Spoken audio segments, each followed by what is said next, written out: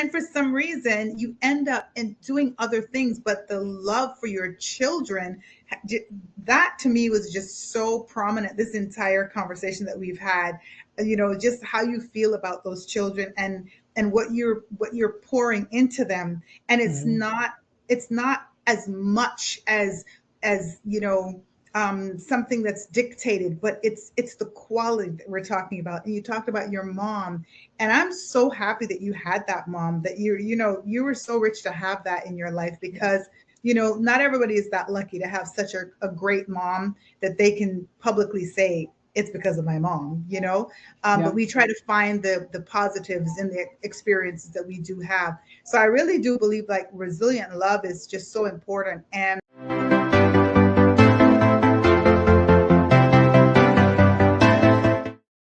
welcome to another episode of the Resilient Mother podcast. You get 3 of us again, which is so fun. I'm getting used to this. Tiffany Lorraine Galloway here, certified high performance coach with the Resilient Mother podcast. I'm the host, and I have my co-host here, Catherine Tyson-Sewell. So I'm so happy to bring her on, and she's been doing such a great job. So thank you, Catherine. I really appreciate you. And it's been helping us to have more guests and more quality in what we're doing. And because she's been a radio show host and done her own thing, she's really bringing a new level to what we're doing and what we're bringing here. So please share, like, follow us, comment, be a part of the conversation, be a guest, reach out to us. We'd be happy to have you on in this tribe with us. Come along with us.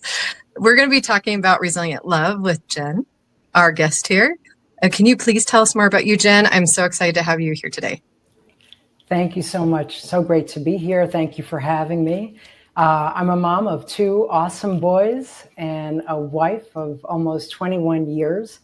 I started out in life truly wanting to be a rock star. And so I thought the fastest way to do that was to get a job in the music industry. And I was hired in the publicity department at Arista Records, where we represented high-profile artists like Aretha Franklin, who I was very lucky. She thanked me in her book.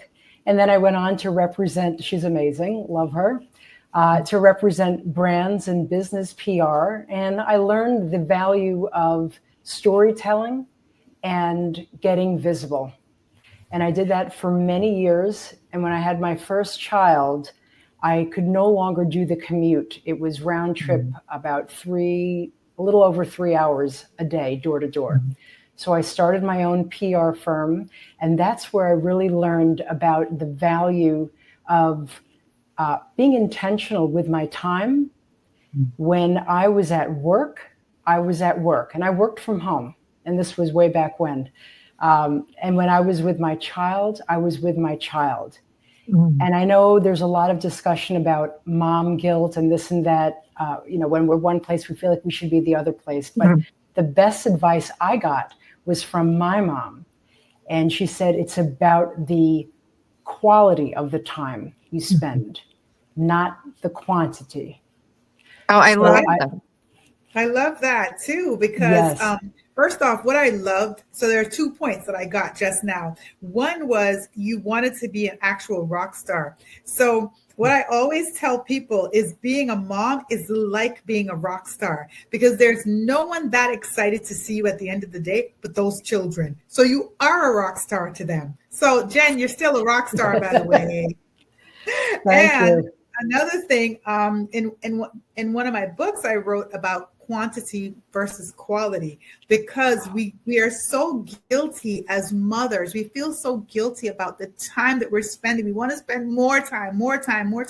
But sometimes we have to work. We got to feed them. We got to take care of them. We got to create balance and all this stuff. And you're a wife, you have your partner to think about. So it really is the best advice that you could have gotten from your own mom, which is quality. The time that you spend with them, maximize that. Let that count, because it's not about how many hours you're spending. It's about what you're doing in the time that you're spending it. So I love that you've created that balance very early on, and just not feeling guilt about, where you should be when you're with your child. I love that, because we struggle a lot as mothers with that. So I really love that part of the story. Oh, I'm so glad. Well, my mother is an amazing role model. So combined with her, and in terms of that being present, there was a book that changed my life. I went traveling in my early 20s. And this book is called The Precious Present. I think you could still get it on Amazon. It's a parable. It's very simple, easy to read. And I don't want to give it away, but it's called The Precious Present. And I just learned to, if we're physically someplace with somebody, be mentally present with them as well. Yeah, that's nice. Great advice, especially in this day and age, because the phones are taking over everything, right? Right. Yeah. It's true. And those connections you make with your child when you're cuddling, that physical touch, or reading the books, or on the floor playing games and with the toys, even if it's for 30 minutes and you're laughing, and you do that daily, even if it's for that short period of time, that is remembered by both far more than if you're in the same room doing two separate things and not even interacting if the time is even much longer than 30 minutes. Yeah. So it's about really being with the person. And that helped me a lot, because I worked from 9 until 6, yet every day for 30 minutes from 12 to 12:30, I went and I got my child, put him on my bed, and I read to him. And then I was recharged to go back and work. And it's high pressure to produce PR placements. So yeah, that's, I learned that. And then when my second child was born, he came earlier than expected. And so I was in the hospital for several weeks, trying to hold on. And that too, I had to really tap into just so many fears, and thank God for my husband. And I would wait for the nurses to come in to see what kind of a day it was going to be. And I just had to keep telling myself that everything was going to be okay, but there was tremendous fear. And thank God he's totally awesome, better than awesome. But that, these experiences that we go through in life and as moms, and you realize the miracle of life that it is to bring a child into the world, or to have the honor of raising a child, if you've adopted a child or use a surrogate, just to have that in one's life, I think is such a tremendous honor that it's just a gift. And so, but that point forward, I didn't return to that work, and I had to take some time off. And then I started something new. I started a piano teaching business because I had to go back to my music, the rock star roots. Yeah. And then after that, using the PR background, now I teach female entrepreneurs how to get visible, overcome their fear of being visible, and tell their story to grow their business through podcasts and media placements and grow their brand. So along the way, I've worked most of the time. And I think we learn things about how to manage our time being a working mom. I think that's something we're not taught in school. Yeah, it's something I was never expecting, for sure. And I think there's no guide. I didn't expect to be divorced, multiple kids, like all these things I can think of. And I've never had a child in the NICU come early, but I've had a brother who has, and that it's happened multiple times for him, for his wife, for the last few pregnancies. And I've seen them having to go to like the Ronald McDonald House and some different things like that. She went into labor actually coming to one of my kids' birthday parties, and I ended up being like the doula because my brother couldn't get there in time. So that little nephew is pretty special to me. I got to cut the cord and all that kind of stuff. But they were in my hometown, so I was bringing them meals and trying to help them out until their little boy got out of the NICU. And it was very emotionally intense. So I can appreciate that part of that transformation in your life and how you were able to pivot and to change and still be present, but just in a new way. And when we were talking about presence, I was thinking too, when I found out I was going to be the child of a single parent with 3, I'm outnumbered. I actually went to a psychology clinic at the university where they gave free opportunities to do family counseling. And so they would do sessions with me and my kids and watch our interactions and then give me tips and points on how to improve, how to structure our home, how to make things flow and work. And it was interesting because I had this guilt around how am I going to divide myself between 3 kids? And they gave me the reassurance that all I needed was 5 minutes a day, one-on-one, unstructured time that they chose what they were doing with me, and 5 minutes would be enough. Now, of course, with the habit, if that could turn into more, great. So the fact that you did 30 and you read, I mean, like that's the top notch thing we can do for our kids is read to them. Like you really powerhoused that little period of time. And where did that idea come from you? Did you see that modeled with any other moms, or was that something you came up with yourself? That just worked for you? Probably my mom told me. Yeah, I would say that's probably where that came from. And it was great. My son loves to read, and I love to cuddle. I'm a hugger. And so any excuse to hold them, reading is good. Yep. And you're better than me. You're pretty disciplined, because I don't know if I'd have left in 30 minutes. We're going to be napping. It was going to be something happening. If I went to the bed to read a story, we could take a nap. But I'm also an older mom, so I'm looking for a nap. But I think you're so right. Finding that time, Tiffany, as you were talking about, that 5 minutes and stuff, I remember like my times would be driving them to school. So they could have taken the bus, but I decided that I would drop them off to school and pick them up, because that was a time when we could talk and we could hang out. So radio's off, and it's just learning about their day, and we play games, kind of like, what we see out there or whatever. It was just really interesting. And I'd be able to hear about their day. And it became a part of our lives so much so I live in the Cayman Islands, and we pick up hitchhikers because, it's 22 miles. So what are they going to do? Right. But my kids would be mad when I'd pick up hitchhikers. They'd be like, oh no, leave her. Just don't pick her up. Like, poor woman, it's in the rain. You're going to pick her up. And they'll be, we're talking, we're hanging out, so it's just like really taking that time to get to know your children, because that's really how you start building those relationships as well. So just reading with them, that's building a relationship. So yeah, it's so important. I think for any mom that's listening, to know that it's not complicated. You don't have to be worried, oh, am I doing this right? Am I not doing this? Just carve out some time and, do whatever works for you and your kids to create that special bonding and relationship time.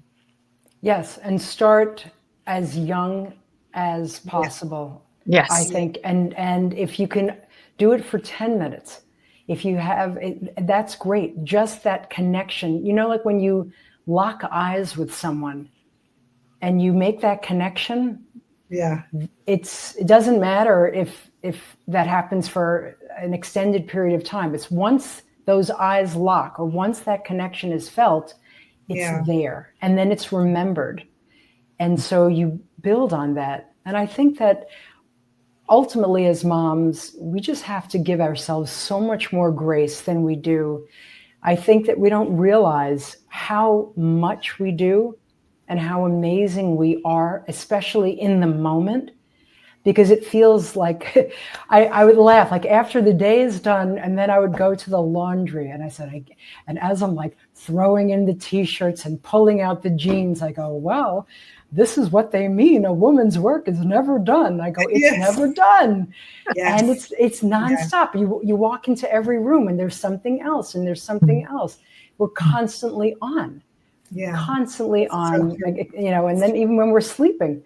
Yeah. It's so funny. Could be woken up. It's funny because my husband was saying one night, he goes, all right, I'm going to go to bed. We were in the living room watching, TV or whatever. And he's like, I'm going to go to bed. And he gets up and he goes to bed. And so 20 minutes later or 25 minutes later, I'm in the room. He's like, gosh, how long it took you? I said, I had to do the laundry. I put some clothes in the dryer. I cleaned off the stove. I put stuff in Tupperware. I put them in the refrigerator. I prepared this for tomorrow. I did that. And I said, you see, when you say you're going to bed, you go to bed. And he was looking at me like, whoa. And the next night, I remember when he said he's going to bed, he waited around, and then he waited in the kitchen for me to finish, because I don't think people are aware, right? Because you're right. Like, women's work is just never done, especially a mother. I mean, we wear so many hats and we're juggling so many balls, and it's really, and this community, I think this village that we're a part of here that Tiffany, started, and and it's just continued with the Resilient Mother podcast. It's so important, right, for other mothers to hear these stories, to tune in and to share with their friends as well, to say, listen, we're all out here kind of doing the same thing. We love our kids. We want them to be the best people in the world. You know, we're creating, you know, just a beautiful world. That's what we really want to create and raise these beautiful humans. But we're all kind of doing the same thing. So to get strength from each other and hear stories like yours, Jen, and talking about, you know, what you wanted to do versus where you ended up, because you were a rock star. I read that you did an album, or you created music and all that stuff. I did perform in New York City in my 20s. I did. Yeah. And, awesome. and you started out in bars, you know, performing in bars, and then you ended up, you know, so that's awesome. So you've really lived a very colorful and exciting life, and your kids are going to be better for it anyway, because they have this very rich experience, you know, that's coming from their moms. I love that as well, because we're passing that on, you know. Children will only aspire to the level that their parents do. So if you're going to tell them they can have their dreams, then you need to go after yours too, because they can't go, why do I get my dreams, Mom, but you don't get yours? How is that setting an example? So I think you're a great example of that, Jen. So I love hearing that. I'm a little curious. I'm going to have to bow out a little early tonight, and I'm going to let Catherine take over because she's awesome. With the celebrities that you've worked with, I think some people feel celebrities are different, but they're mothers too. And I'm just curious what you may have learned from them, because they juggle a lot. And I've been in some areas like Disney and Mall of America. I've seen some different celebrities and different people in different settings, but it wasn't with their family. It wasn't with their private life. And I don't know if you mind going there, but I am just curious, because I'm not in that world, of how you help them be the mothers they wanted to be with all the responsibilities that they had, plus the public eye. I wish I could. It's a great question, but that was many years ago when I started out in my career, and we just handled their publicity. So it was just on the business side. What I can tell you, though, is some of them during that time did go on to become moms, and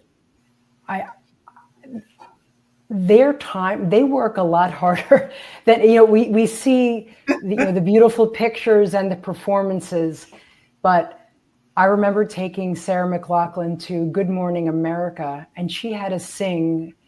Maybe I met her there 5:30 in the morning or so, and she was warming up, but her voice had to be ready to go at maybe 6:37 a.m. Wow. Yeah. And that's often after a nighttime of perhaps performing or an event or something. So that's what I can tell you about the behind the scenes. It is glamour, but it's also they're working their tails off. Yeah, there's a lot of work to get there. I think that's an important perspective, because in the world today where we have a lot of social media and we just see the highlight reels, we don't see the depth of the work that went behind what they do. Even as mothers, even as someone in the public eye, like, it's still the same work, and we still love our children, and we still have our dreams. And as moms, we're balancing all of it. And so to moms out there, like, I'm working so hard and no one sees my work, and I don't, we hear you, we see you, and you may not be in the tabloids or followed by paparazzi, but you're still a superstar in the role that you play as mother, because we're raising the next generation. And this next generation has a lot of, they're exposed to a lot that is unrealistic for them to attain to without understanding the hard work behind it. So I hope they see us as moms doing that hard work, and they have us as a support when they have that dream, when they have something that they're going for, that they can talk about their mom the way Jen does. That, like, my mom was there for me. My mom gave me that feedback. We want to be that kind of mom that helped them to raise to that level that they wanted to as a mother, or in their dreams, or in their career, or in the goals that they had. And we can do that by helping them be resilient, by understanding that there's work involved, that we fall down and that we get back up and we get stronger with the lessons that we learn. And And so that's kind of just why I was curious about it, because it's a different perspective that not everyone understands unless you're behind the scenes or you have been a performer in some aspect. There's a lot of people behind the scenes. There's a lot of moving parts, and there's some ridiculous hours involved as well. So, but motherhood is that in the beginning when they're you're totally sleep deprived in the beginning, like totally sleep deprived. So, there's that aspect of it, but. Exactly. And my mom was a working mom. So she was a great role model for that too, to be able to juggle both working and motherhood. But I think it's very important for your audience to realize that, and I think I was telling this to Catherine, before we got on the air, to prioritize your priorities. It's so easy to want to do everything and say yes to everything, and to maybe all family gatherings or all play dates or all birthday parties, but you will just burn yourself out. And that's what's super, super important, is to prioritize your priorities, so that that I think is a big thing in terms of helping to be resilient. Yeah, absolutely. Because you only have so much capacity. And so with that, I got to go be mom, as Catherine would say. So Catherine, thank you. Jen, thank you. Thank you for your insights and your perspective and sharing your own story and being vulnerable about it. Really appreciate you. So thank you so much. All right, Catherine, I'm going to let you take over here. As soon as I figure out how. It's fun. So for sure, Jen. So what did Aretha, what did Aretha Franklin say about you in her book? It was just a thank you. I helped her to learn a piece, Nessun Dorma, the aria, to prepare her for Music Cares, where she was singing that. And then unexpectedly, she was asked to fill in for Pavarotti at the 1998 Grammys. Very, very famous moment. It was amazing. She saved the Grammys, and what I don't think people realize, wasn't that amazing? They did. A lot of people didn't know she could sing opera. Yes, but also what a lot of people didn't realize too is that the orchestra knew it in a lower key. Oh, wow. Than she usually sings in, because they learned it for Pavarotti's voice. Yeah, she's so amazing. And they had no time to adjust it to her key. So what did she have to do? Being the queen that she is. Change her octave at that point. Correct. Yes. Miss Aretha Franklin, honey. That's incredible. You know, I have this thing that when a celebrity passes on that I really loved, I get like completely like tunnel vision, and I start to just research them. And it's crazy, because at that point I'm like, oh my goodness, I wish I had done this a year ago. You know what I mean? Because I'm in every piece of anything that's public about them, to learn about them. And she was one of them. Tina Turner was one of them. And the things that you learn about this amazing artist, like, she was incredible. Like, people have no idea, like, you know what I mean? And so when you said that, like, you know, it was like, that's my friend. I was like, I was looking about her whole life. So when you said that, I was like, oh my gosh, that's amazing. Because, you know, I also kind of felt for her a little bit in terms of love.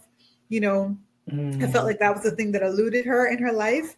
And so, and I feel sometimes that we as mothers, we do get so caught up in our world. We get caught up in our children, raising them, and our work, that we forget ourselves, that, like, that self that exists. So we have to, this word balance is so important when we're mothers, you know? So, so thank you for sharing that. That was really great for you to share that with us. And thank you for coming on to the Resilient Mother podcast, because I believe your story is so rich and it's so amazing. I love your voice, by the way. You have an incredible voice. Like, you should read like a children's book. You should do some voiceover or something. I love your voice. Like, I'm not just saying that. You've heard that before. I have. Thank you very much. I have. And I had wanted to do voiceovers, but guess what? What? That's challenging to break into. That's not, Really? Yes. Really? Like, Okay. I said, I can't believe, everything, you think that, oh, you have a great voice. That's also an art. That's like I went on, I think probably a few auditions in New York City. Wow. But the cool thing is I was once discovered, I was playing keyboard in a band, and I was a piano hand double for Ileana Douglas in the Martin Scorsese movie, Grace of My Heart. So at least my hands got recorded somewhere, but my voice didn't make it. Yeah, my daughter's an actress. She trained at the American Academy of Dramatic Arts in Manhattan, New York City. So nice. So she'll be impressed with that. Yeah. But definitely. So what is it that you do like right now for your clients? Are you still doing your PR stuff? You're getting them on podcasts and all of that sort of stuff. You have a client base? Yes. So it's a combination of business coaching and PR coaching. And they both blend. I mean, I'm also a certified life coach. I'm a certified relationship coach, but really my focus is business and PR. So helping people to define their messaging so that it lands, whether they're doing an interview on a podcast or in the media, or even just speaking to their clients or prospective clients, or giving a speech. That's a big one. And then teaching them how to write a pitch and research podcasts and media outlets, and know how to get themselves on the podcast or in the media that they want to be in. And then what happens after you land that interview? How do you prepare? Okay. And just like with my music background, I like what Tony Robbins says, we get rewarded in public for that which we prepare in private, right? So my music background of grinding it out at the piano and just that repetitive practice and that discipline, it's the same thing when preparing your message points for an interview or giving a speech. The more you practice and doing it repetitively behind the scenes, the more confident you're going to show up and the better it's going to be for your audience and for you. So that's all the things that I work on with my clients. Okay. So then a natural question would be, how did you stumble upon the Resilient Mother podcast that you're on, and not actually your clients are on? You're actually on the show. And thank you for really reaching out, because we're so excited. This is amazing. I can't wait for the audience to listen to this, and we get to share you with our audience. But how did you kind of stumble upon it? Because I'm a mother too, right? We're not just one thing. I think that's actually a big challenge for many of us. How do we define ourselves? Well, we're multifaceted. So when I was just doing a search on mother podcasts, I came up and found yours, and I listened to several of them, and I really like what I heard. And so I said, you know what, let me try my magic and see if I can be a guest. I love that. I love that. So of course you're going to share us with your audience. Yep. And if you have any tips, of course you're going to share that with us, and you're not going to bill us. No, maybe you are. It's your business. It's not. Yeah. I can't take your business. But thank you for that, because really, I think creating this community, like just making it bigger, I believe it's so necessary. And for me, Tiffany has the themes throughout the month. I believe that there's so many themes that could attach to this, but I think love is one of them, because I believe that you started out with a dream, of being a rock star, right? Yeah. And that's something that you're pursuing 100%.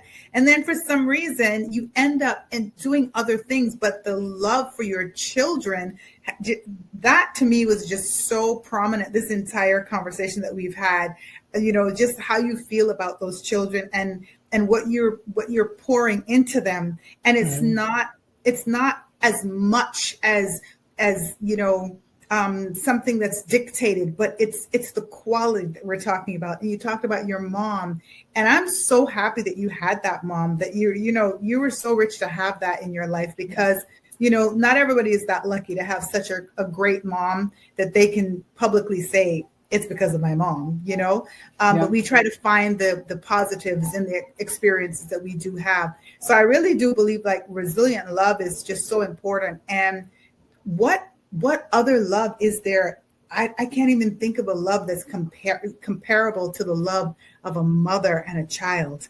You know what I mean? Mm-hmm. I always say, like, if somebody hurts my feelings might be hurt, but if they hurt my kids' feelings, like, I'm shattered. Right. Watch out. Like, I'm not recovering from that. Like, I'm not forgiving you for that, Right. So, yeah. And I didn't realize how much you can love your child or children until you actually have them. Right. It's like also a protective love and safety, and it's bizarre. It's just a very different love, and romantic love is so phenomenal. And that's a different kind of love. And it is. There's so many different kinds of love. Yes. But, yes. Yeah. I say it. I always say that my heart was ruined the day I became a mother. It was just ruined, and it never healed. It's just ruined because that's me. Like, I'm walking around, and I have a baby, right? So I'd always say I'm walking around with 3 hearts on my shoulder. I got like 4 hearts. And romantic love, yes, that's amazing, and you love that, and that's your guy. But man, that heart that the world is seeing, and it's just the blessing of being a mother. Such a blessing. Yes. Exactly. And being resilient is so important when we're raising these blessings that we have. We've been charged with this responsibility to present them to society as healthy as they can be, chasing their dreams, taking care of themselves, and just honoring, the blessing of life. So I really do appreciate you reaching out, and appreciate you coming on to the Resilient Mother podcast, because we just want to continue sharing these stories. So let the audience know where they can reach you, or if they wanted to reach out, how they can see what you do and be a part of what it is that you do every day. Thank you. Well, thank you for having me. It's been so incredible to meet you and Tiffany, and thank you for allowing me to share my story and share yours as well. People can find me at jengouldcoaching.com. That's JENGOULD coaching.com. And I'm also on LinkedIn, Facebook, mostly LinkedIn and Facebook, and Instagram, but I go to LinkedIn and Facebook. Okay. And if they're interested in you working with them, that's how they reach out to you? Absolutely. So on the website, there's they can just click and book a call with me, or they can send me a DM in any of the social media platforms that I mentioned. Awesome. Like I say to every single guest, it seems the more amazing women that I meet, the more I'm like, these are my friends. Where are you guys? Where have you been my whole life? We've got to have something where we all get in the same room, because this is it's incredible. It's been such a pleasure meeting you. And thank you so much for sharing your story with us, Jen. Likewise. Thank you so much. Thank you so much for having me. Thank you for joining us today. Please don't forget to subscribe so we can share this message. We are a worldwide podcast with guests all around the world, and we want to continue to grow this community. You can find us on socials. You could also be a guest. Look for that link below if you'd be interested in being a guest on the podcast. If you know a sponsor or would like to be a sponsor, please reach out to me or Catherine as well. Sure. We want you all on this journey. We want to hear your stories. We want to share your stories. We want to gain strength from each other, because together we're stronger. And to never forget the blessing of being a mother and what we're creating. We're creating the future every single day of our lives. So get on this train with us, and let's do this thing, moms. I believe in you. Believe in yourself. God bless. And we'll see you around. Take care.